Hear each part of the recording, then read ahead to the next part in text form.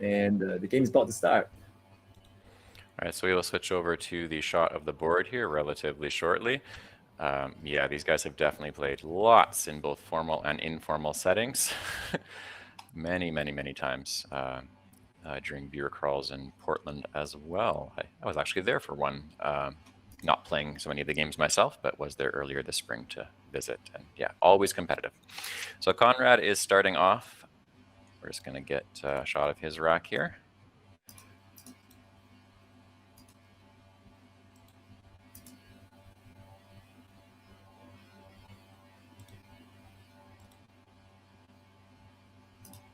So good news, Jesse. I turned on the Twitch so I can watch the racks from there. Excellent. So I can see that Conrad has beoined. Not really sure what to do with a rack like that. Doesn't look too good for a short play or a long one, really. I guess you could play Boney. Boney's the one. B-O-N-I-E. Yeah. Good morning, Rebecca. Nice to have you in the chat. Hello there, Joel Sherman. No, you're not imagining it. Conrad's hair is dyed teal. His partner, Darren, decided to help him dye his hair. Darren usually dyes their hair every month to something different. And on this round, when they decided to do their hair, Conrad was like, hey, I'll do mine too. So now Conrad's is teal. And if I recall, Conrad is pretty sensitive about calling it teal. If you call it blue, he'll correct you. So get it right, guys.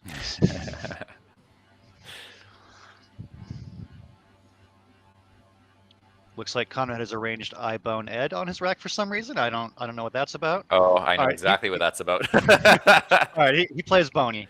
Yeah, that was in reference to Ed de Guzman, probably, who is popular. I wasn't gonna. Okay, fine.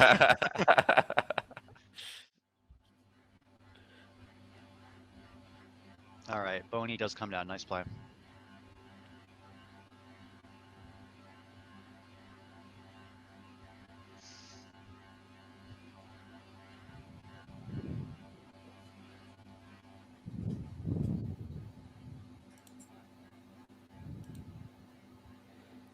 So it looks like in the chat there's a suggestion of Bezier off of the B in Boney.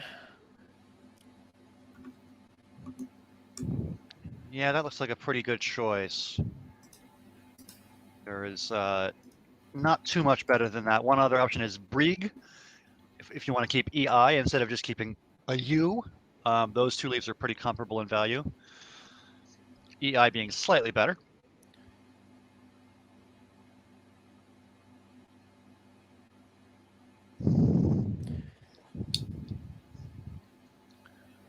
If you want to hold on to a consonant, you can play Eure, I-U-R-E, to the right, making bonier. That would keep EGI as a leave. So that's also an option. It looks like at the end of the day, Brig is coming down here. Yeah, I think that's the correct play. 20 to 18.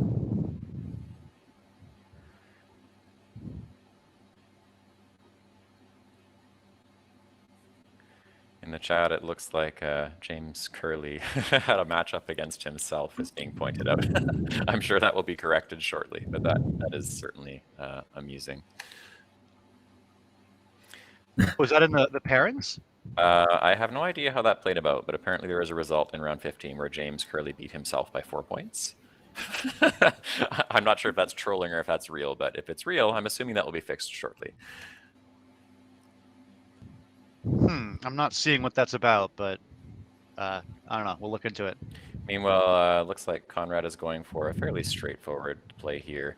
Aka on top of Boney going for points. It looks like the chat has confirmed that result with James Curley beating himself is real, but I assume that our remote and on-site directors will be able to resolve that shortly. We can certainly pass on the message. Thank you. Yeah, I'll send a quick text about that. We'll figure it out. And Dave's got one of those lovely racks that we study out very early on in our careers.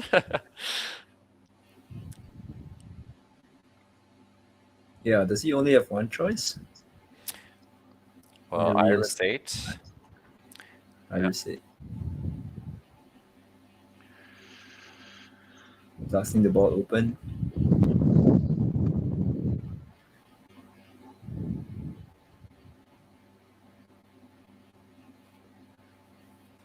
Airiest, it's pointed out, would have fit on top of Aka, but looks like Dave has opted for a forking play to open up and create All right. volatility. Yes, Airiest as well. Yeah, we're going to have a pretty wide open board, which I don't think is the kind of game that Conrad aims for, especially against Dave. But sometimes the tiles just dictate what they do, and you can't really do anything about it. So Dado and Irisated is one suggestion. Yeah, it's a pretty good score.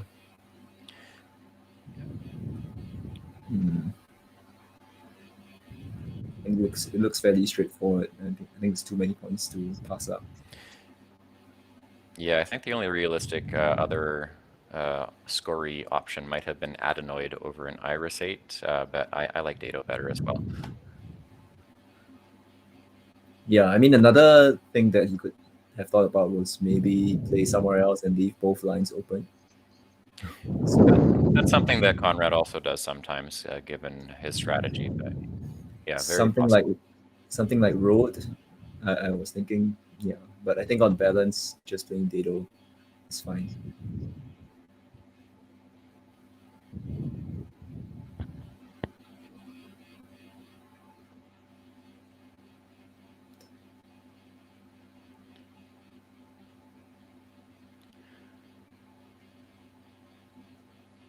Wiegand has a very vowely rack, lots of duplicates.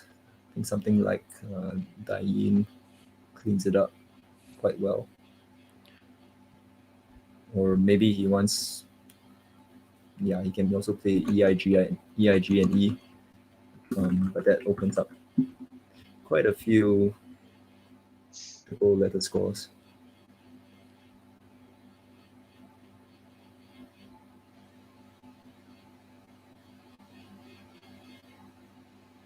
Or maybe even EID.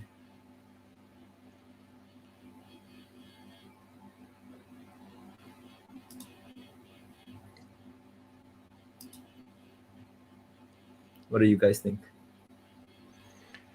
I like Dayin as well. Looks like in the chat, that's also one of those suggestions. Conrad has lined up Vargeno through the GM Briggs that is now sadly blocked. It was also pointed out in the chat. Did we talk about Erie, E-E-R-I-E, through the R in Brig? That would score a little bit more points. It's 11. Yeah. It's a little bit more than Dying, but pretty similar. Or wait, no, Dying's 12. I can't count. But it's INS rather than IES.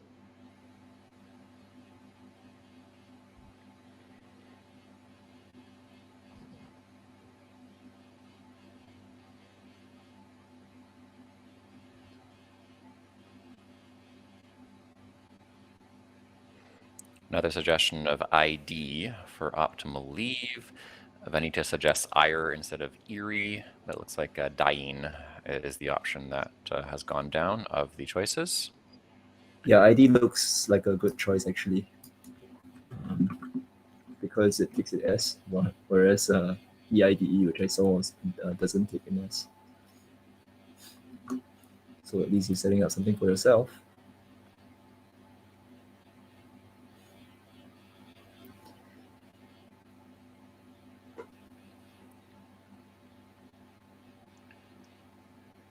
So I think the fairly straightforward looking play here is just Vain, V-A-I-N, just taking out that triple and scoring 33.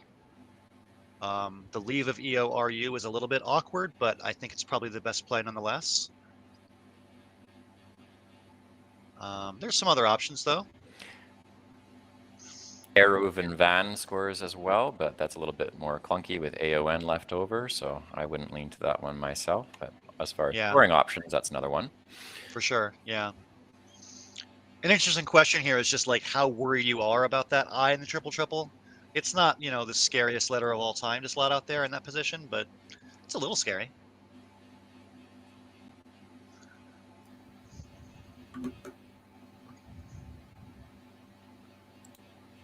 Yeah, he is going to play Vane, and I think that's probably the correct play.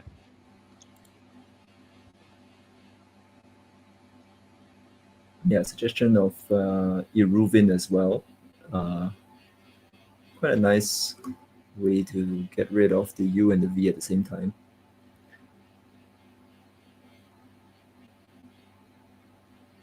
So Vane is 3 more points. Yeah, the leaf I think is actually pretty, yeah, it's probably quite similar. Well, Conrad's got a great rack after that, so I expect to see all those down on the board next turn. Just a question of in which form. Yeah, AO may not be better than EORU. Agree.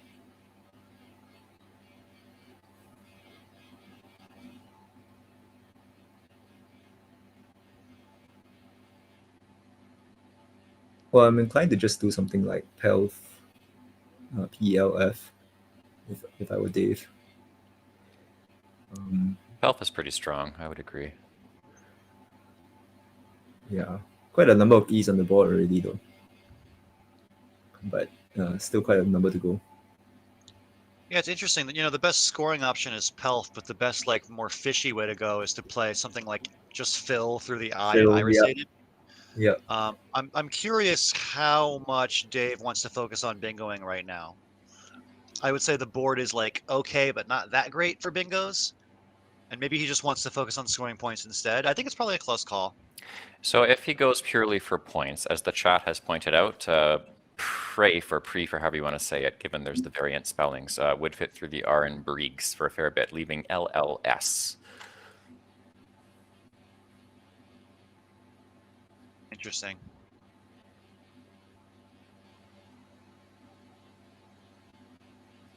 Yeah, I don't really like the LL leaf myself, but I can see why you would go with it. I mean, not my preference. Speaking purely for points, yeah, definitely an attractive option points-wise, but yeah, I'm a little reticent keeping 2 L's and an S myself.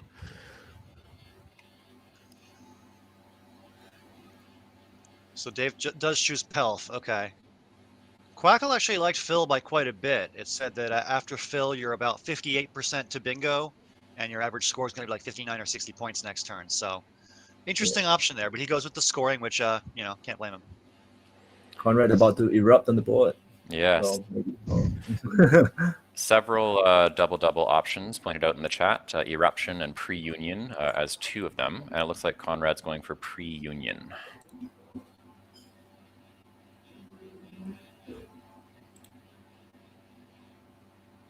Yep, those are the only 2 plays that score 86. So yeah, best indeed. And Conrad takes a 60-point lead.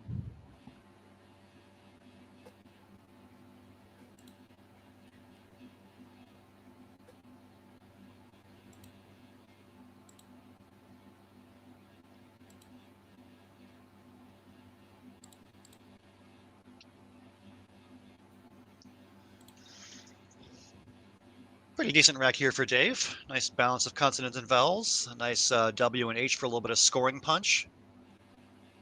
Oh, Conrad draws Get Dead. That's a threat.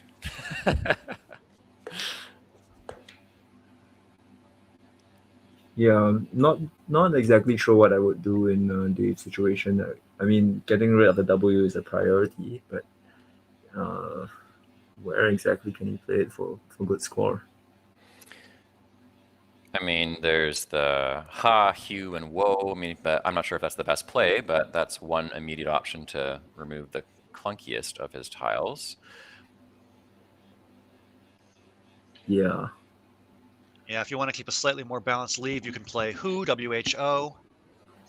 That plays next to pre-union for 28, keeping EILS. Yeah. Yeah, that seems to be a good choice. Of course, you have the S and the EW spot is not as conducive to the S ending, but you still have Aka, the Aka hook to use. Owlish and Dienes is suggested by Jeremy in the chat. Vanita suggests whole to the P in pre-union. So some different ideas as to how to proceed from here.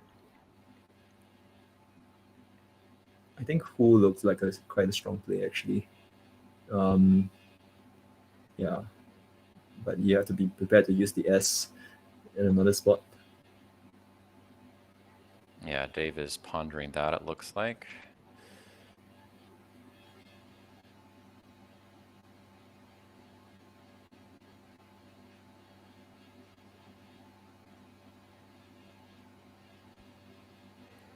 Alex asks, is it totally crazy to set up the W with whole? Yes, there are several, well, I'm just thinking of T immediately, but yeah, there's more than just the W that goes in front of whole, so it would not be the optimal choice in this position.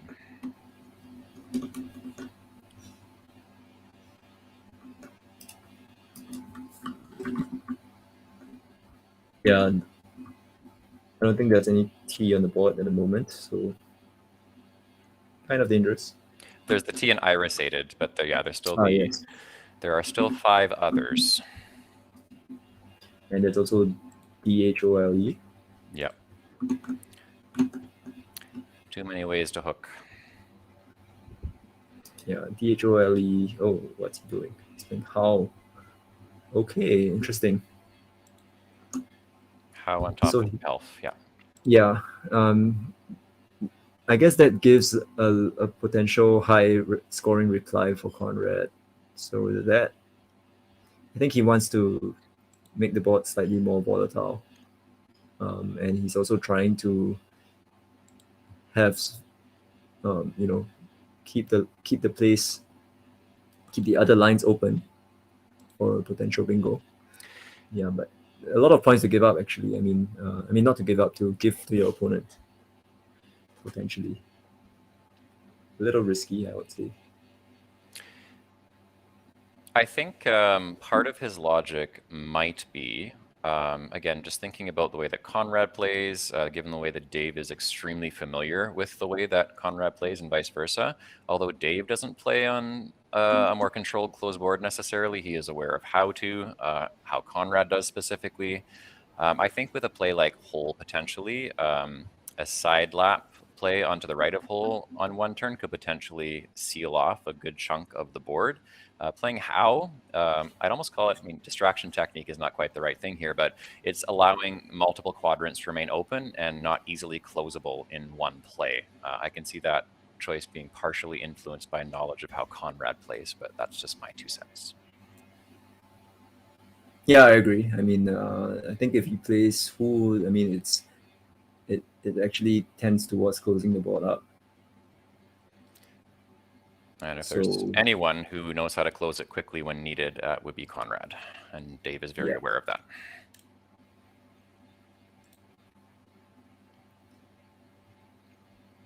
And Dave is considering playing live, probably hooking onto the P of pre-union.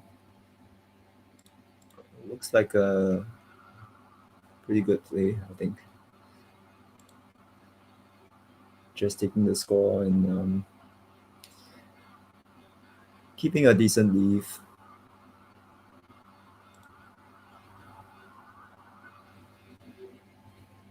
No shortage of scoring options for Conrad on his next turn.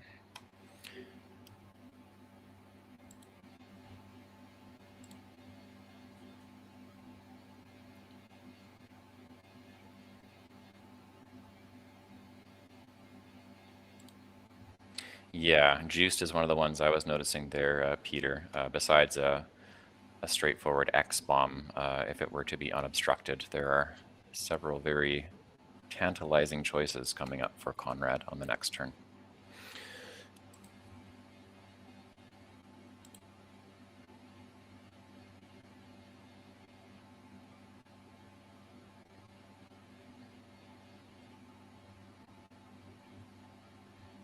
Yeah, juice would be pretty interesting. The X actually has quite a number of places to score, so it actually might be worth keeping the X. But of course, the juice blocks the main scoring spot for the X, which is the IF reunion. It's just thinking about scoring over a few turns as compared to scoring in one turn and then having to worry about where to play the J after that. Alec points out that by playing juiced first on the next turn, that does still leave the opportunity for Jaxi for another massive score the turn after. It's a nice point.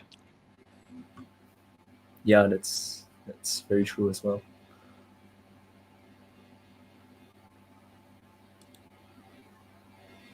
So I wonder what Dave is considering. Seems to have lined up Blin and kind of arranging his other letters.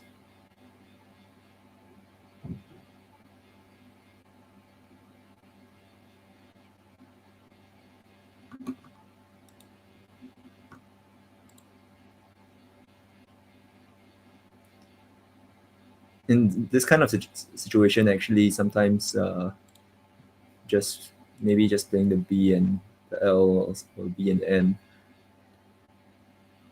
it might be a good fish as well. So he might be thinking of doing something like that. Not exactly blowing up his rack too much, getting a bit lower score, but at least I think he's quite eager to get a bingo to actually catch up. Jeremy points out that Blythe and Pei has the V in a spot which effectively forks the board. That is very true.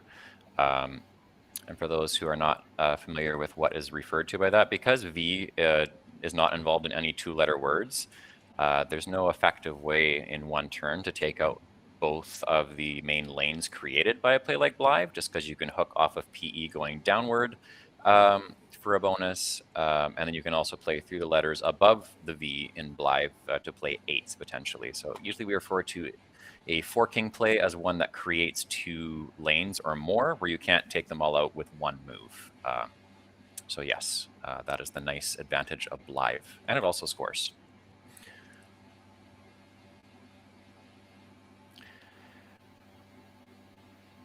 Yeah, I think in this situation, Blythe.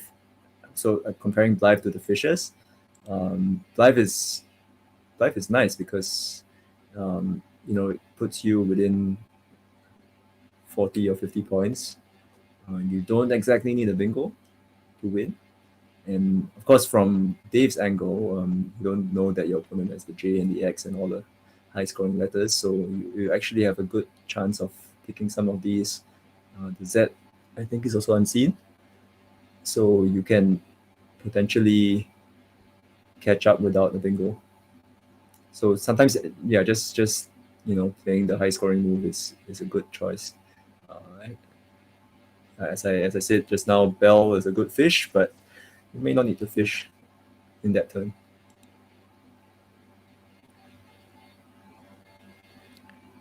So Akrater has pointed out in the chat, if Conrad does go for juiced, there is the possibility of plays like Kintar through the I in pre-union to score a decent amount. But then noting afterwards, it is probably not the best play, but I love seeing that word. Well, I'd say it's positionally dependent here, but certainly worth pointing out as a candidate move for the next turn if juiced comes down.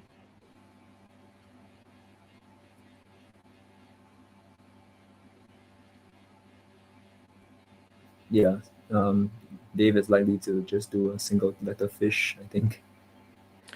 Yeah, and the chat points out just QI is likely the best after that, and I would agree. I think that's the more likely play coming next turn. Yeah, this is a Wugo's puzzle. Chi. Yeah. It's 10 points better than the next play. Oh, maybe not. I mean, Chin. Yeah, I was going to say, if that spot were blocked, then it would be the...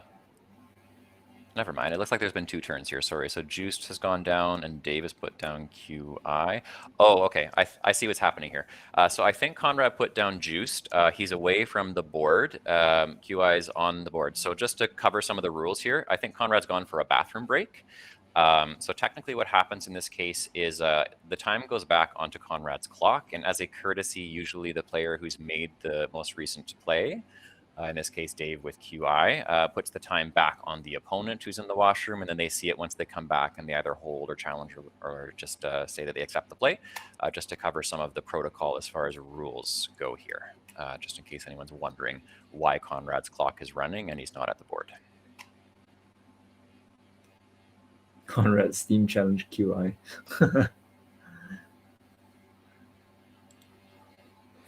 So he is back.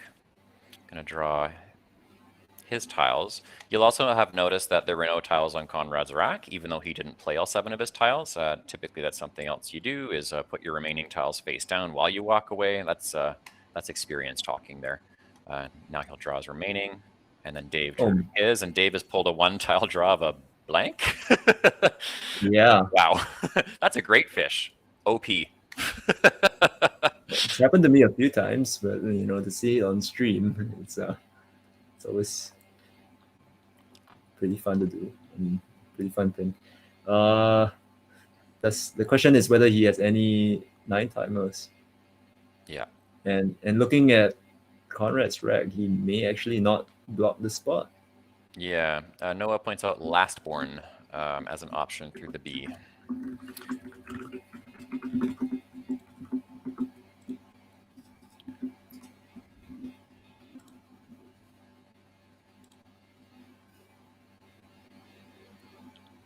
Yeah,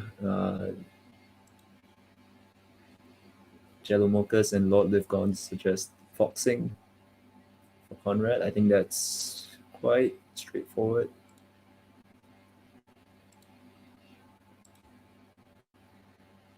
But he's going to be hit with a 9-timer.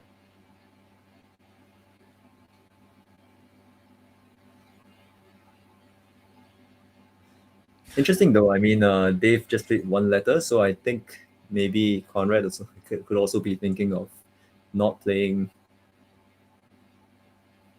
I mean, trying to restrict the line, maybe.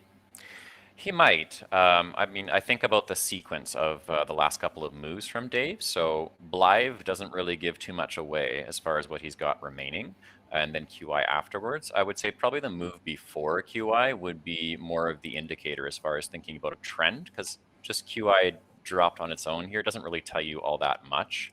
But Yeah. yes, he would definitely consider the possibility. And looking at Blythe, I mean, we can see, of course, what Dave's rack is, but from Conrad's point of view, Blythe doesn't really tell you much about what Dave's got left after that. It just looks like a forking play, as was pointed out earlier. So Conrad doesn't have a lot to go with. Yeah, I think the other thing is that foxing is just really a lot of points to pass up. If you were to play something like Bong, to block, it's giving up many points. And it's not necessary that Dave actually has a 9-timer. He can just bingo from the D or through the E, and if Conrad were to make such a huge point sacrifice, it would turn. It could. I mean, it's more likely that the tide could turn against him. Yeah. Just with any bingo, not just a 9-timer.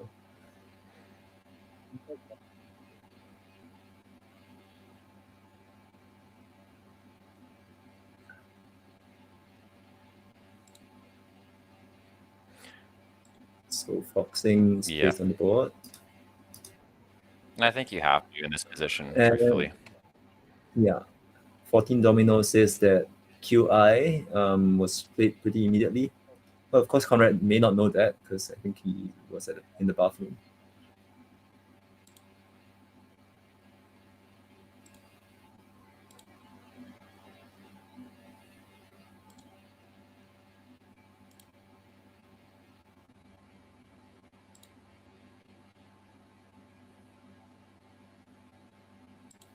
Conrad has TWL on his rack. Nice.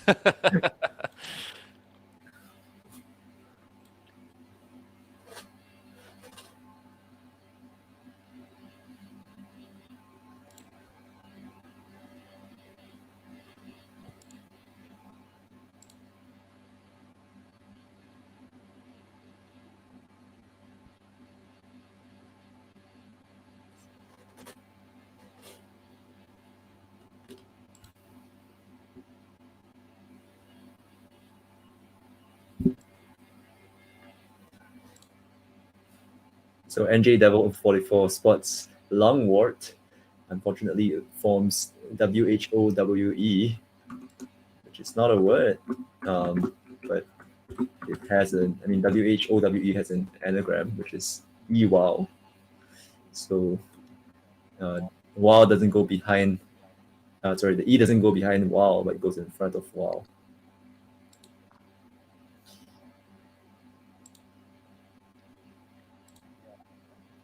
Yeah, I'm quite positive that he will find last pawn. I think he just needs to run through the letters slowly.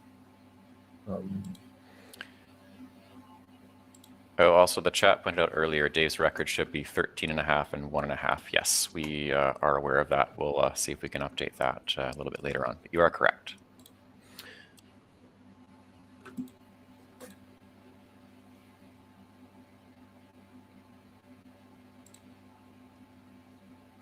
Can you guys hear me? Yes, we can hear you, Evans. Not sure if you're live to our audience, but yes, we can hear you. Oh, good. I don't know what happened there. I was just gone for 10 minutes for some reason. Be great if somebody in chat could confirm that they can hear me too. Okay, apparently I'm on live. That's good. I had so many comments on these previous moves that nobody got to hear. That's a shame. Big sad. Yeah, I was just saying that it's unfortunate for Conrad that there was just no viable way to block, the potential bingo of last born. Like, I don't think Bong was a realistic play at all, unless he's cheating and looking at Dave's rack, basically. Like, you're going to play something like Foxing every time or some other X play. So, just unfortunate for Conrad. This is the second time this tournament that we've seen Conrad just with no choice but to leave the triple open for somebody. It was Austin Shin with Tashis yesterday, and now it's Dave with last born today.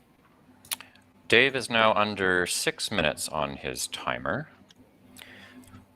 So we'll start watching time to see if that influences the way he plays from here forward. But he's taking the time to check for a triple, which you would definitely do in this position given the score. Yeah, it's surprising. I was making this comment about Dave yesterday that, like, generally when he has a bingo, he sees it immediately and plays it immediately. So it's unusual to see him pause for this long. Seems like he's arranged his rack as donators. No. Ooh, that is surprising. Wow. Oh no. Wow. I don't know what to say. Wow. So it's not usually when someone bingos for a decent score. It's not usually where you're going to say there's a break, but in this case, there's a break.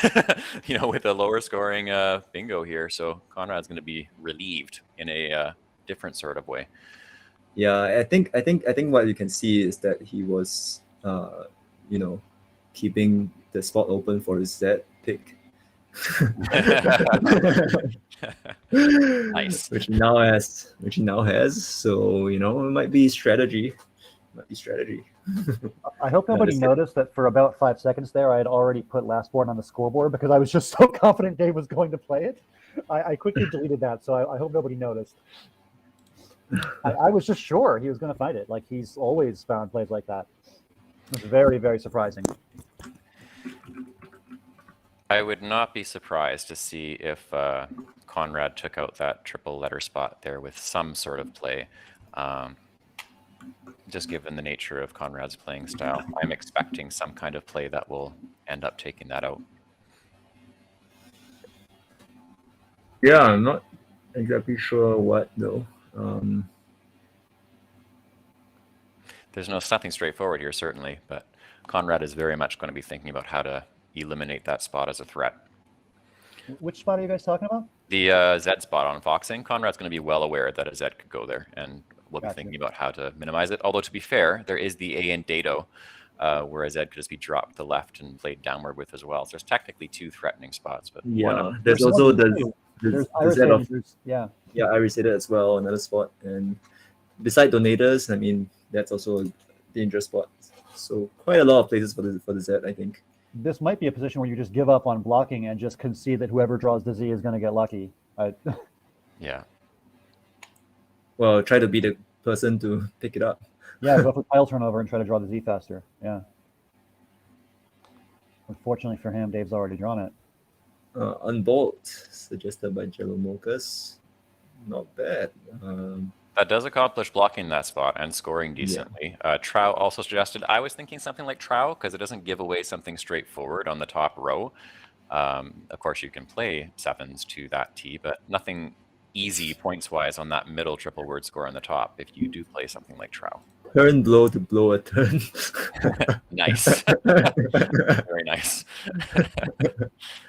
Oh, he does spot unbolt, sorry. And he plays it. Wow.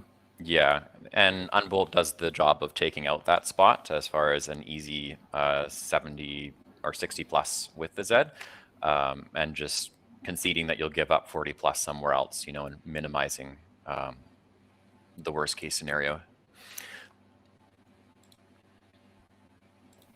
We should probably bring up the unseen tile pool. We got 14 tiles that are unseen right now to Dave, so 7 in the bag and 7 on Conrad's rack. Very difficult spot here for Dave because he's down by 50. Usually at that deficit, you're trying to get a bingo, but this is a horrible situation for bingos. His rack is not very good for it. The board is not very good for it. And if you look at the pool, there's a W and a Y and like all sorts of weird tiles. Conrad is playing with us again. He's got Mom Wars lined up on his rack. Oh, I was wondering why you were laughing at me. I thought I was making a normal point, but no, you're laughing at my Conrad I got you. is playing with us, trolling the broadcast. I love it. A very strange parody of Star Wars. It's better than Ma Worms.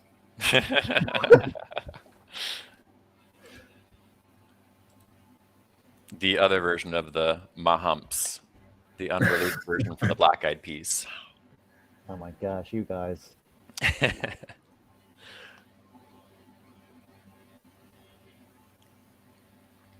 So Dave is considering haze, it looks like, next to donators. While it does score a fairly large amount, as was pointed out, the pool is short on vowels. So in the long term, that could be harmful if you were to do that, as much as it does score.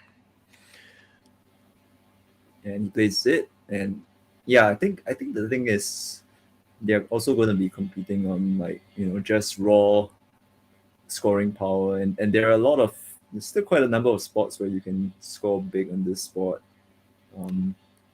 It's just, you know, you have to have a little bit of ammunition to kind of, you know, score over a few turns.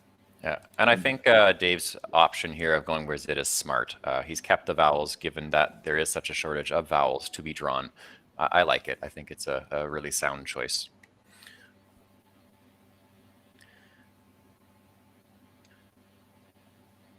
Yeah. Alec has pointed out ILRSY. I'm assuming that is what is left in the pool from Conrad's point of view.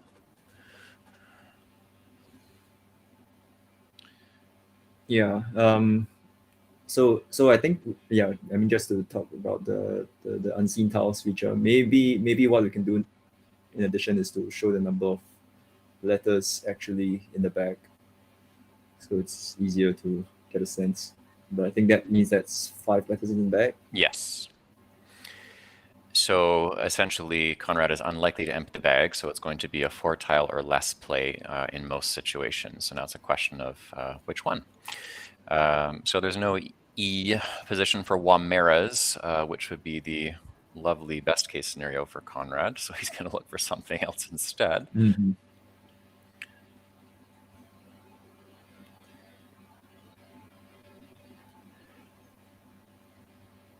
Yeah, interesting thing in this kind of position is, you know, a lot of us are kind of attuned to thinking about leaving 1 in the bag, but sometimes it's actually even better to leave, you know, 2 in the bag. So yeah, it really depends, because sometimes when you leave 2 in the bag, it's difficult for your opponent to play just 1 letter and catch up and score. So your opponent kind of has to empty. And at the same time, leaving 2 in the bag also, you know, increases the uncertainty that he has on his final rack, because he's not just drawing 1 letter, he's drawing 2 letters. So in this case, actually, I would very strongly consider just playing 2 and then leaving 2 in the bag. And then 2, in this case, would actually leave 3 in the bag if he played just 2. He could do something Oh, as simple as Mew and Ma and Woe would be a possibility. I mean, it's not the highest scoring of the options, but it would accomplish a relative balance of his rack. He would still keep some vowels given the shortage of them. And with 3 in the bag, Dave would have a little bit harder of a time going fishy. Mew seems reasonable. Do you see anything else that's jumping out at you? What about actually, WASM? You could play WASM through the A.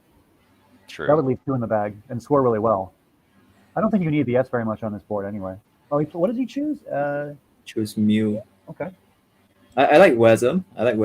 No, then I correct myself, because if there were 5 in the bag, which I miscounted, I think playing 3 is good. Leaving 3 in the bag, I mean, it's fine as well, but I think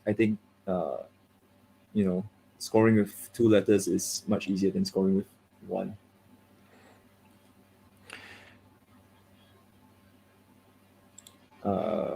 Conrad's drawn the other S. So as Alec mentions, ILY, or I love you, as some of you would look at it in texting shorthand speak, is what's left in the bag. Ooh. And Dave plays Legacy. Oh, quite very quickly. nice. Wow, interesting. I think he's just hoping for something that. Well, I'm quite surprised that he played it so quickly. I think maybe that the lack of time also factored into that. I thought he might have considered playing 2.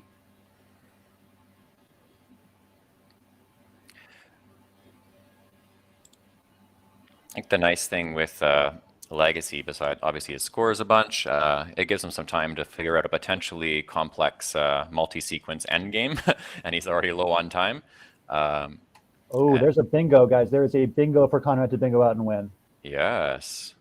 Cross As is pointed out by Matthew Tunnicliffe in the chat. Very nice. That is hard to spot. Holy cow. He's got 6 minutes. He also doesn't need the bingo to win. There's plenty of other plays that win the game. Yeah. So he'll take his time to have a look. Oh, beautiful. He's already got it lined up. Oh, very nice. You love to see it. So I think at this point, what he's likely to do is, 1, see how certain he is that it's valid, and then based on that, look for other plays that win anyway, in case he's not 100%. That is likely what he's doing right now. Yeah, he's clearly not 100% sure it's good, because he would have played it instantly. Yeah. Yeah, this is kind of scenario where you don't want to throw the game away, because you make a mistake on your, on the end game. But you also want to be sure to arrange crossarm on your rack so that Twitch chat knows that you saw it. That's important, okay? That's important. Naturally. So Francis says, fun fact, Dave would have won had he played IU at N12 or N10. He would have had Lekithi on row B and Helicity on row J. That's cool. We love that perfect 2020 vision. Looking back, yeah, that would have been very interesting. N12 or N10. Yeah. Row 2 and row 10. Cool.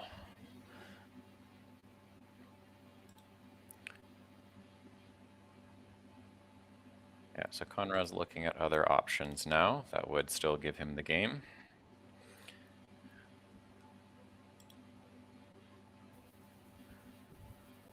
That's great. Jocko in chat says, if he crosses his arms and looks him in the eye, he might get a read. Yeah, keep those arms separate just to be safe.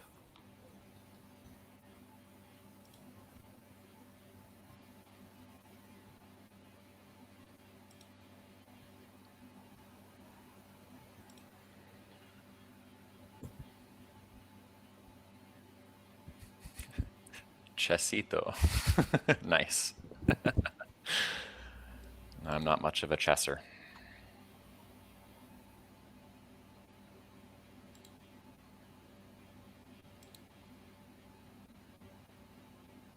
I'm wondering if he's maybe considering armor through the R in Briggs as another candidate move. I think that's kind of what he's got those letters arranged in that order for. And armor is indeed a play that would win. I think after armor, Dave's only going to score like 20 something, and then Conrad can just outrun.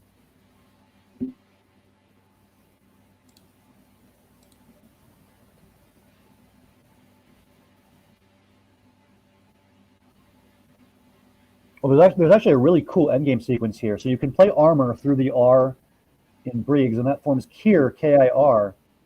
And then through the letters in Kier, you can spell Skirrs, S-K-I-R-R-S, next turn. That's a really beautiful out in 2 sequence. Nice. Turning Kier into Skirrs.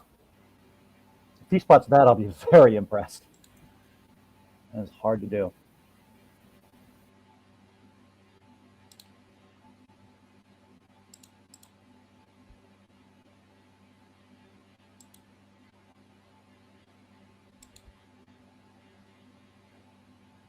What do we even see here as potential options for Dave looking at that rack?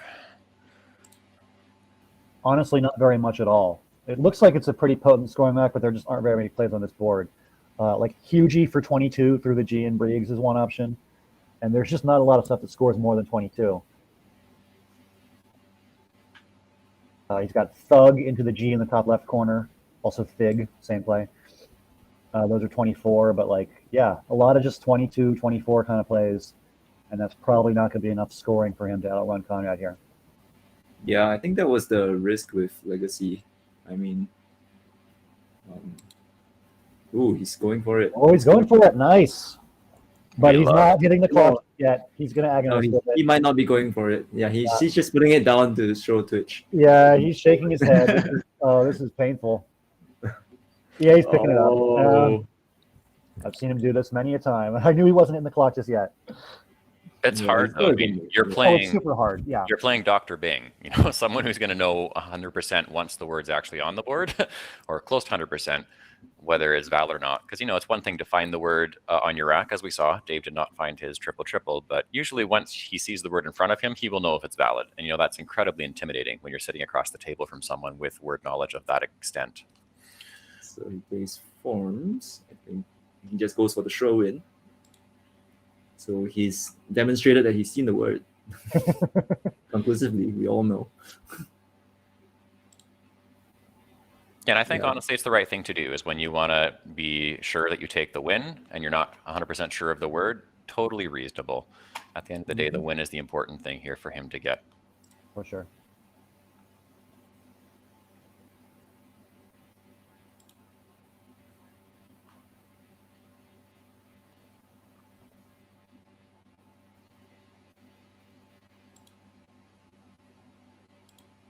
So Conrad Tyett scoring play is R's, ARS, on top of gated with the overlaps for 27. Yeah, I was thinking of ARS first, but I guess Right, this is so- probably better. Yeah. For Dave, the best play is to play Thug because it blocks R's, but it's not enough to win. Conrad's going to win this game. So what was the best? Do you know what was the best option for Dave for the Legacy play? I mean, Legacy is probably quite a strong play, but I don't know if there's anything better. Yeah, I don't know. That was really tough. There wasn't like an obvious best play by any means. I thought it was a reasonable idea for Dave to just go for maximum points and try to at least threaten an outplay next turn, maybe. But that didn't work out. Yeah, Legacy was the highest scoring. I don't know. I couldn't really think of a good path for him to get through that pre-end game as a favorite. I think he was If you pretty much can- on that no matter what. Yeah, if you run it through like championship player, does it say like? Yeah, I can check. Yeah, I think that would be quite interesting.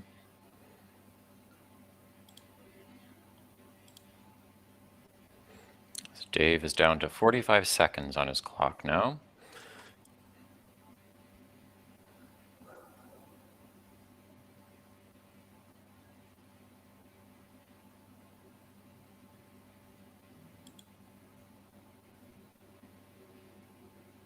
Alex Dings saying he will know it with 100% certainty for the rest of his life now. Yeah, the best way to learn words is to agonizingly miss them in a tournament game. You'll never forget them after that. And then in this case, assuming we're talking about cross-arm, the word wasn't missed, but for lastborn, if that's what you're talking about for Dave, then yeah, I think that'll probably stick in the back of his mind for sure, because that would be our little turning point for the game. Since we usually talk about what that would be, I would say, yeah, last born not coming down was the clear point where the game swung. No doubt there.